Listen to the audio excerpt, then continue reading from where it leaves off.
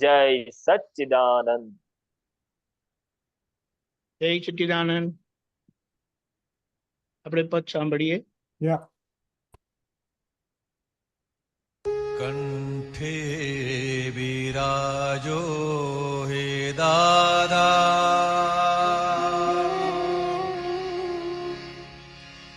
ઉજરાવો સવડી ભાષા.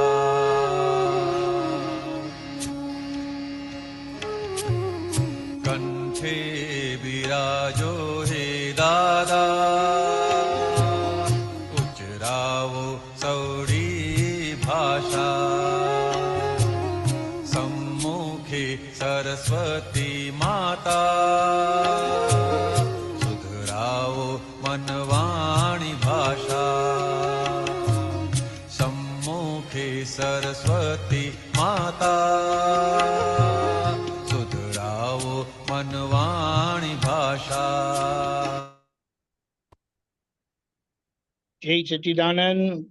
સૌ પ્રથમ આજે જન્માષ્ટમીના બધાને ખૂબ ખૂબ શુભેચ્છાઓ, આશીર્વાદ અને દાદાની વિશેષ કૃપા આપણા બધા પર રહે. કારણ કે જ્ઞાની પુરુષ એમાં 63 સલાકાના બધા જ સ્વરૂપો પ્રગટ થઈ જાય છે. પંચ પરમેષ્ઠી ભગવંતો સાક્ષાત હાજર પ્રગટ થઈ જાય છે. અને આજના આ જન્માષ્ટમીના હેપી જન્માષ્ટમી બધાને. અને એ કૃષ્ણ ભગવાનનો જન્મ થવો એટલે સંકિત અંદર પ્રાપ્ત થવું, ત્રીજી આંખ ખુલી જવી એ આપણી થઈ છે. એટલે આપણું જીવન કૃષ્ણ ભગવાન જેવું મધુર. એટલે એમની જે વાંસળી વાગતી હતી એ વાંસળીના સંબંધમાં, એના સરખામણીમાં આપણે કહીએ કે મહાત્માઓને એ વાણી સ્યાદવાદની શરૂઆત થઈ છે. હવેની પૂર્ણાહુતિ માટે આ પદનું આરાધન આપણા માટે એટલું જ ઉપયોગી છે. અને ખૂબ દાદા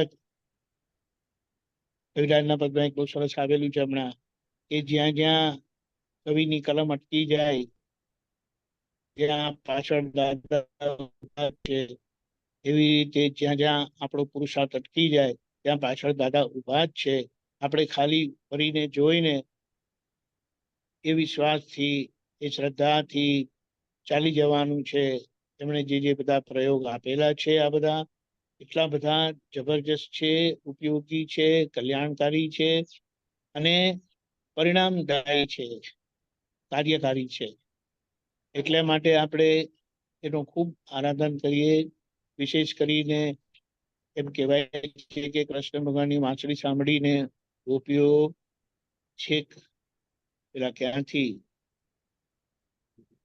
મથુરાથી અહીંયા આવી જતા હતા, મથુરાથી કે વૃંદાવનથી મથુરા આવી જતા હતા.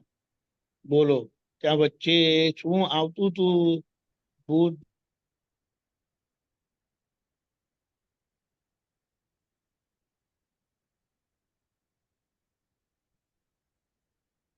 બકાનજી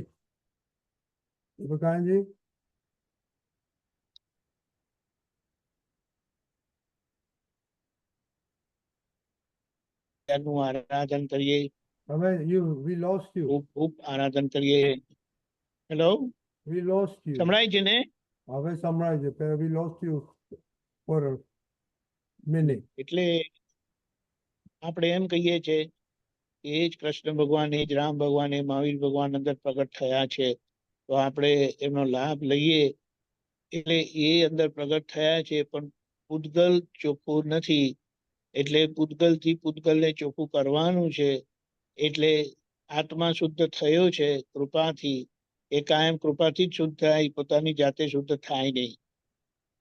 હવે પૂતગલને પૂતગલથી શુદ્ધ કરવાનું છે. એટલે જે બધા સાધનો દાદાએ આપેલા છે, જે સાધનોનો ઉપયોગ એમણે પોતે કરેલો છે, અને એ સાધનથી જે એ શુદ્ધ થયા છે, ચોખ્ખા થયા છે, એમનો વ્યવહાર આદર્શ થયો છે કે કોઈને એમના થકી કોઈને કિંચિત માત્ર પણ દુઃખ ના થાય.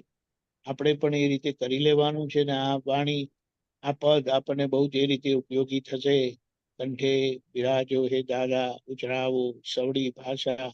એટલે દાદા આપણે જે પેલું બોલીએ છીએ ને, આપનો બોધેલો સત્સંગ મારામાં નિરંતર થાવ, એ બોધેલો સત્સંગ આપણી અંદર પ્રતિબોધ સ્વરૂપે આપણું માર્ગદર્શન કરતું રહે પ્રજ્ઞાશક્તિ દ્વારા, અને આપણે એ પ્રજ્ઞાશક્તિનું કીધેલું સારી રીતે સાંભળીને એનો ઉપયોગ કરીએ.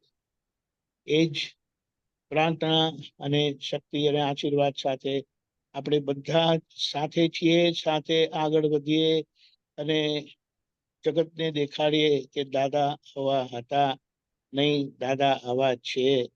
પ્રેમ સ્વરૂપ પૂર્ણ આદર્શ વ્યવહાર સાથે, એ જેથી કરીને લોકોને જોઈને ભાવના થાય, અને એ જ સર્વસ્વ કલ્યાણકારી છે. જય સચિદાનંદ.